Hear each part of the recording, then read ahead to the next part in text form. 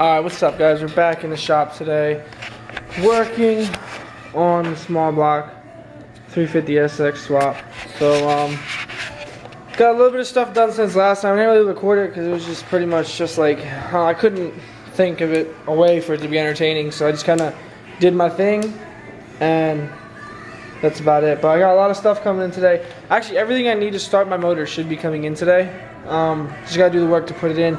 My starter came in, so we're gonna try and put this in. This will bolt to either bolt pattern of flywheel sizes, and it also can be clocked so your solenoid doesn't interfere. So that's actually really cool. We're gonna be putting that in next, but first I'm gonna show you guys what I got done. So the trans is fully bolted in. We're gonna have to like trim this housing for the starter gear, or we're getting an electric water pump, but honestly I'd rather just trim the housing and keep the mechanical one. I got my hatch painted, so we're gonna actually work on that today. I can get the plexiglass in, but inside is what I'm really excited about. Yeah, this tight ass car.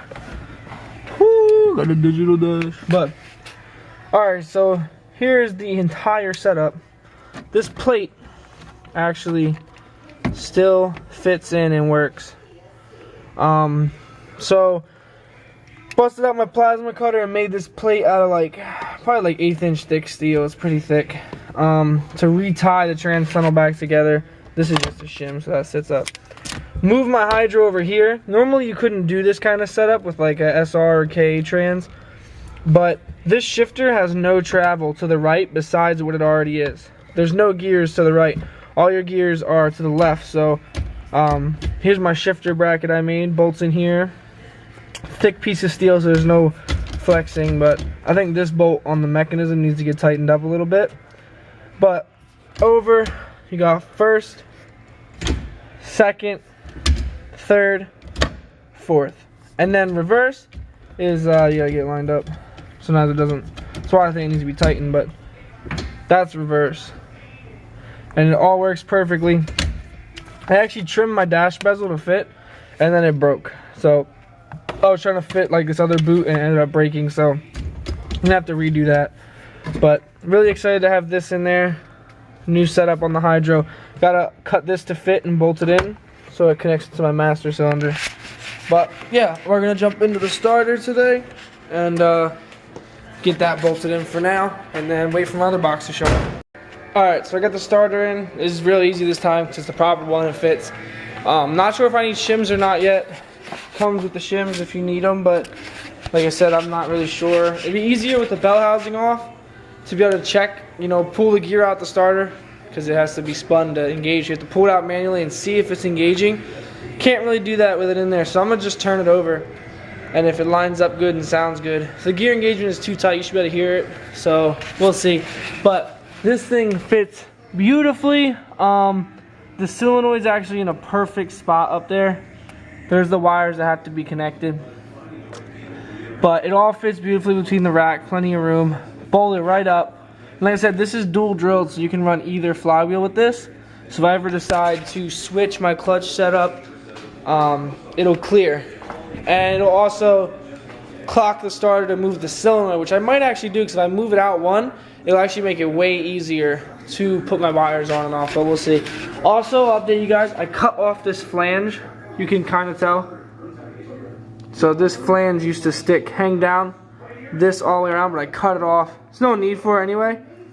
But now I just got to make a dust shield that slides in here.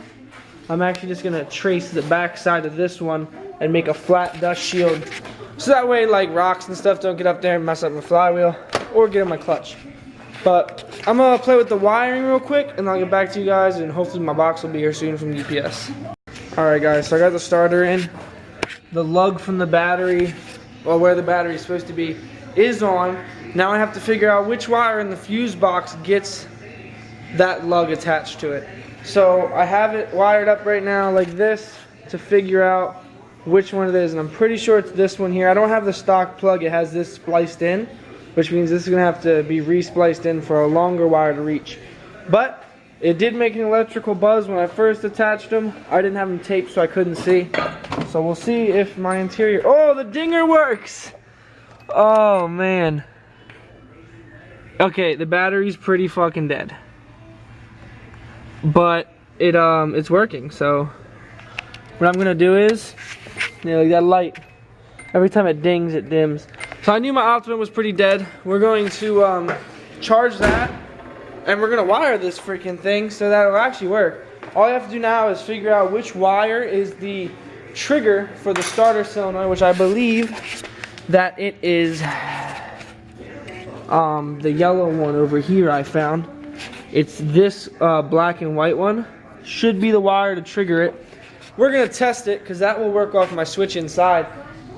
And once that's done, all the wiring to run this motor, minus the ignition wiring, which is literally just hooking it into to a keyed ignition source, is completely done, and this motor can work with the car fine. So I'm really hyped about that. I'm gonna charge up this battery, and we're gonna wire this up, and that's it for now.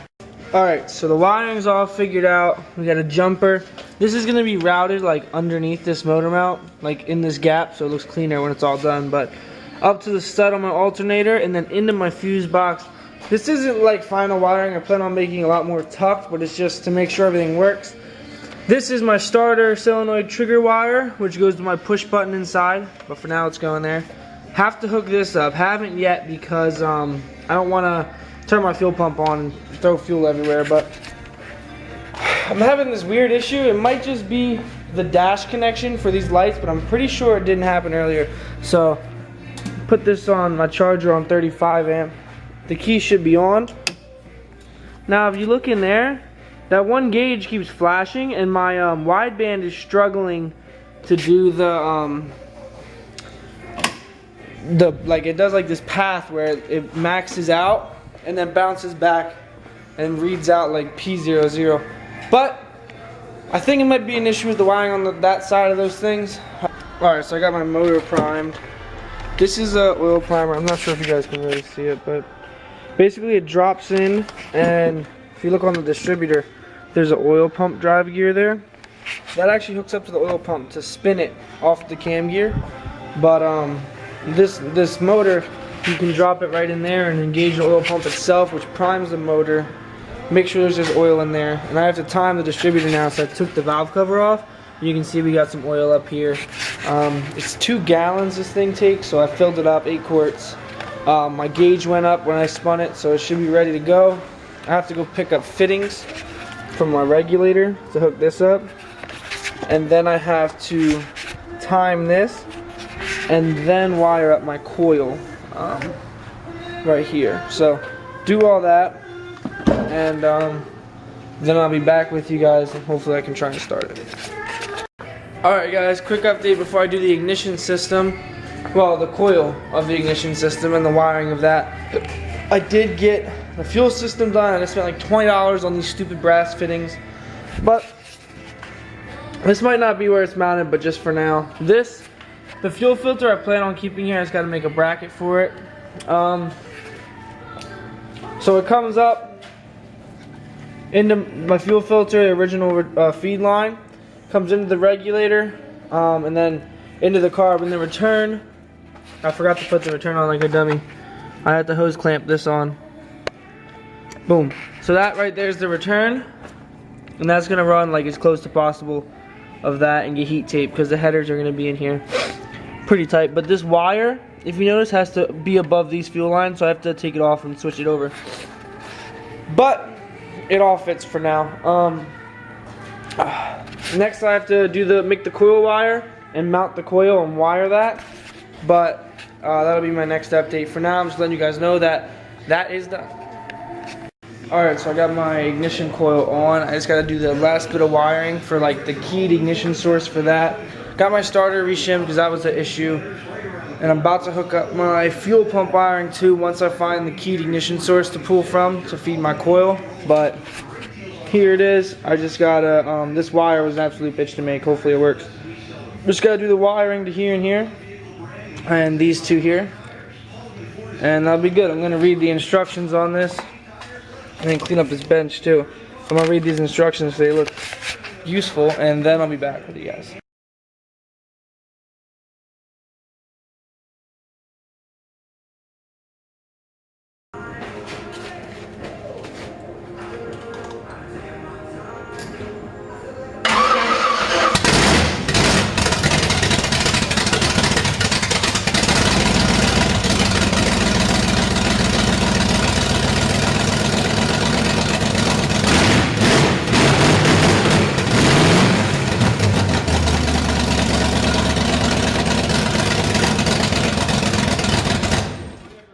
Alright, so I didn't really properly record yesterday, but I did get the video of it starting. There's some small issues still, but I mean the thing does runs pretty damn good too, surprisingly. But yeah, that's the only issue I really had was with the fuel pressure. This regulator just can't shed enough pressure back to the tank from my Walbro. So it was running about 8 psi, 9 psi into the carb, which is too much. It was leaking out of these fittings. It was literally like leaking out the seals back here. But I was like, screw it, we're gonna start it. So I got my dad, because I don't have a throttle cable yet. Haven't hooked it up. So he came out, helped me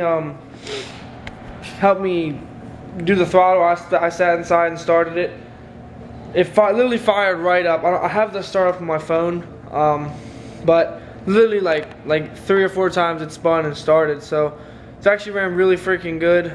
The timing seems to be on point. I won't really know until I get a light.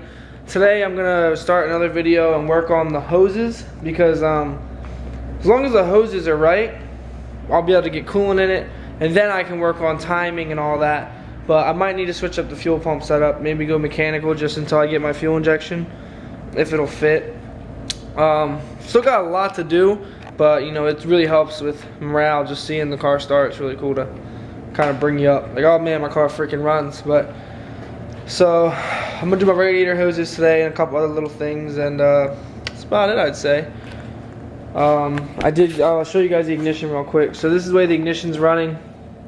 This isn't final at all. These aren't just gonna be hanging, but these go to the distributor.